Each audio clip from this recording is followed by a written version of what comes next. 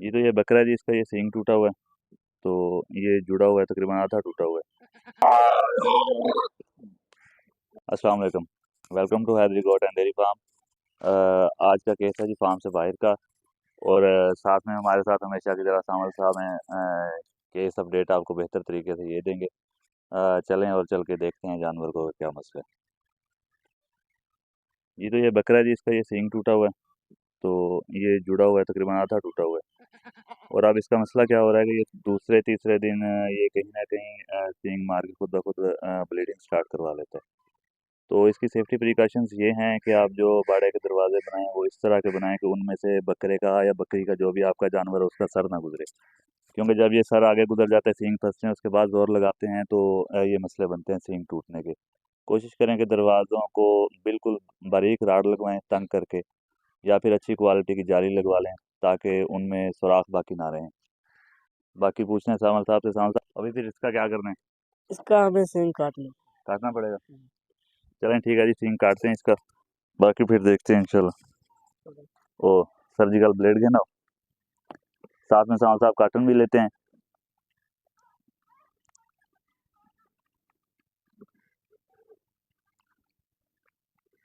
इसका भी ये मैंने निकाल के रखा था, इसमें नहीं है। यहाँ से पकड़ें आप, यहाँ से पकड़ें, मैं खुद उठाता हूँ, यहाँ से पकड़ें।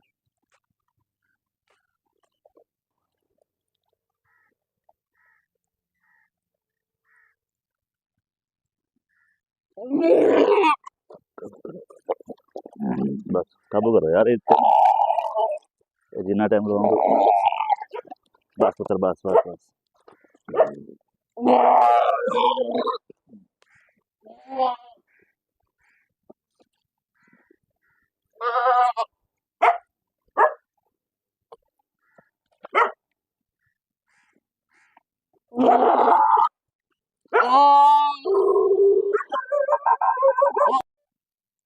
हाँ जी, ट्रीटमेंट कर दिया उसका बकरे का कंप्लीट, वो आपको बाद में उसकी डिटेल बताता हूँ। सबसे पहले ये देखें जिस वजह से ये टूटा है सींग उसका। ये देखें, हुआ क्या होगा कि यहाँ उसने इस जगह पे कहीं भी उसने सर फंसाया है।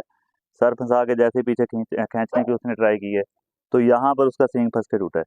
अब इसे करें क्या कि इन्हें कम से कम 2 से 3 राड या पाइप जो भी आपने लगवाए हैं वो और लगवाएं, और इसकी साइड पे जाली लगवाएं ताकि सींग या टांग अंदर फंस के टूटने का खतरा ना हो।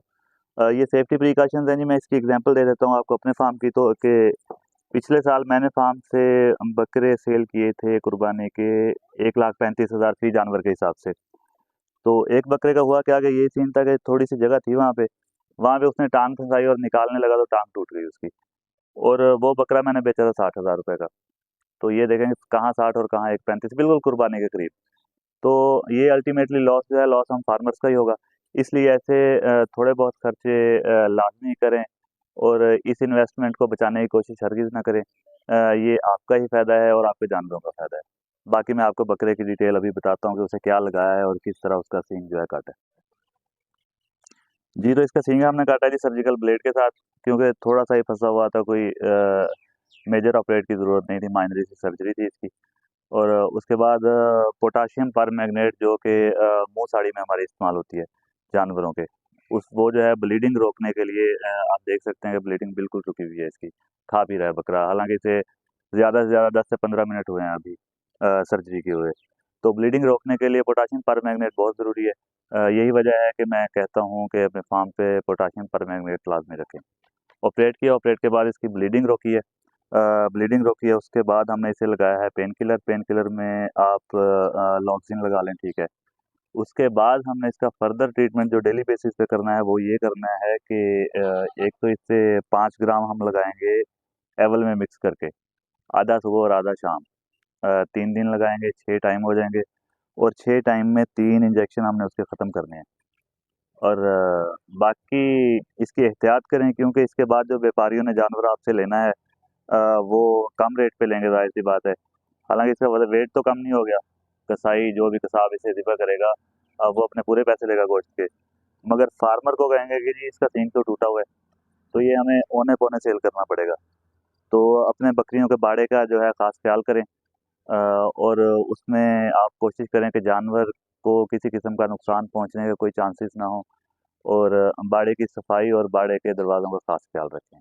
मिलते हैं इंशाल्लाह अगली वीडियो में। अल्लाह निगहबान।